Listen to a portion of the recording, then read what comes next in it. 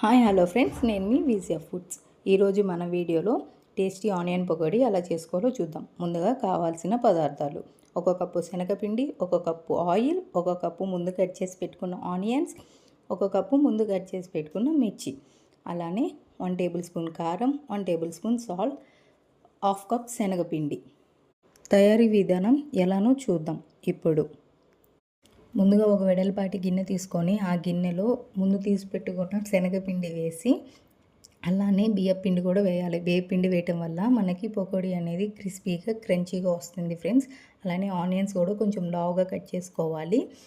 And పచ్చిమిర్చి కూడా వేసుకొని 1 టీ స్పూన్ కారం, 1 టీ స్పూన్ సాల్ట్ వేసుకొని యాడ్ చేసుకోవాలి. అన్నీ వేసాక వాటర్ పోయకుండా ఫస్ట్ పిండి మొత్తాన్ని కలుపుకోవాలి. ఎందుకంటే ఉప్పు కారం అంతా మిక్స్ అయిపోయి మనకి పకోడీ అనేది టేస్ట్గా వస్తుంది ఫ్రెండ్స్. వాటర్ కలుపుకుందాం ఫ్రెండ్స్. వాటర్ అనేవి కొన్ని కలుపుకోవాలి. పిండి అనేది ఎంత గట్టిగా కలుపుకుంటే అంత టేస్టీగా పకోడీ మనకు వస్తుంది. బయట ఎలా చేస్తారో అలానే వస్తుంది పకోడీ అనేది. వీడియోలో ఎలా కలిపానో చూసారు కదా, అలానే కలుపుకోవాలి. లూజ్గా అస్సలు కలుపుకోవద్దు. స్టవ్ మీద ఒక కళాయి పెట్టి ఆ కళాయిలో ఆయిల్ వేసుకోవాలి ఫ్రెండ్స్. ఆయిల్ అనేది మీకు ఎంత కావాలంటే అంత వేసుకోండి. మేము కొంచెమే వేసుకున్నాం. ఆయిల్ కాలేదాకా వెయిట్ చేసి ఆయిల్ కాలినాక ఇలా పకోడీ పిండిని తీసుకొని ఆ పిండిని వేళ్ళ మీద అక్కడక్కడ చిన్నగా వదులుకోవాలి. అంతా ఒక్కసాటే వదులుకుంటే ముద్దలాగా ఉండి లోపల అనేది కాలదు ఫ్రెండ్స్.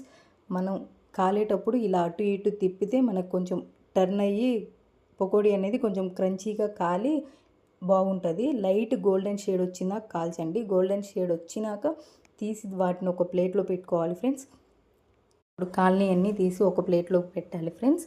ఇంకా మనకి మిగతా పిండి కూడా ఉంది కదా, ఆ పిండిని కూడా మనం ఇలానే వేసుకోవాలి ఫ్రెండ్స్. వేళ్ళ మీద చిన్నగా వేసుకోవాలి, గుర్తుపెట్టుకోండి. మనం అలా వేయటం వల్ల మనకి ఆనియన్స్ అనేవి బాగా కాలుతుంది. అప్పుడు మనకి పకోడీ అనేది క్రంచీగా క్రిస్పీగా బాగుంటుంది. తినడానికి కూడా చాలా టేస్ట్గా ఉంటుంది. అలానే ఇంకా వేసిన ఈ మొత్తాన్ని తీసి ఒక ప్లేట్లో పెట్టేసుకోవాలి. ఇప్పుడు మా నాయనమ్మ టేస్ట్ చేస్తుంది, చూద్దాం రండి ఫ్రెండ్స్.